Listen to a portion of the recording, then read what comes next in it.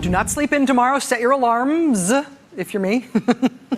Tomorrow's decision day for Richard Neal, chairman of the House Ways and Means Committee. Now that the Treasury Department has officially said no to his demand for the president's tax returns, the chairman told reporters today he will make a decision by tomorrow about what he's going to do in response. And the drama here isn't just what's in the president's taxes and why is the president turning himself into a gigantic pretzel to try to block people from seeing them. I mean, the drama here now is also that Chairman Neal's request is not an optional thing. The Treasury Department is required by law to give the chairman of the Ways and Means Committee anybody's tax returns for any legislative purpose, just because he said he wants to see them.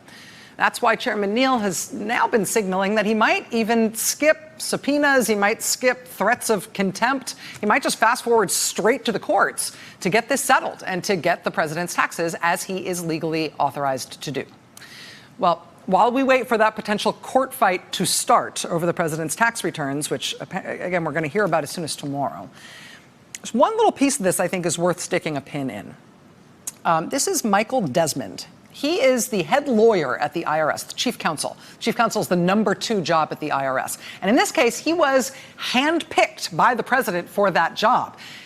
Specifically, he was handpicked, and then he was also hand-pushed through his confirmation by President Trump. The New York Times reported ahead of his confirmation that the president personally intervened to push along Desmond's confirmation. The president personally asked the Republican leadership in the Senate to prioritize this guy's confirmation vote, even ahead of the confirmation for William Barr to be Attorney General.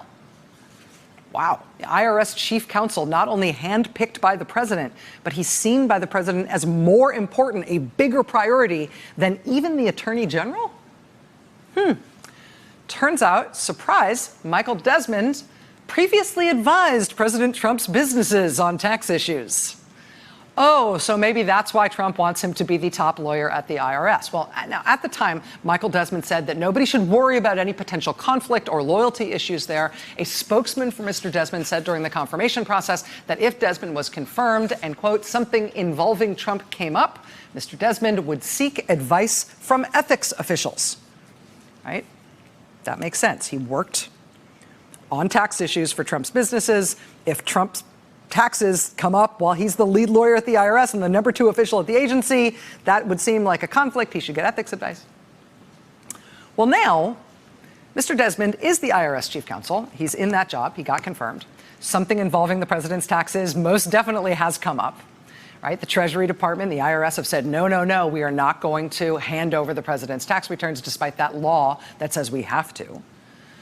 Question is, did the IRS chief counsel, Michael Desmond, ever consult ethics officials like he promised? Is he recused from matters having to do with the president's taxes, given the fact that he advised the president's business on tax issues before his confirmation? Has he been recused from dealing with those things at the IRS? If not, how has he been involved in this decision-making process? What kind of advice has he been giving? We don't know. So we tried to ask the IRS on Tuesday. For 3 days, we didn't get so much as a tumbleweed blowing our way from the IRS in response to our calls. We tried calling, we tried emailing. We were about to try sending smoke signals this afternoon when we finally heard back. And this is what the IRS is now willing to tell us about whether or not their chief counsel, who advised Trump's business on tax matters, whether he is now recused from making decisions at the IRS about releasing the president's taxes.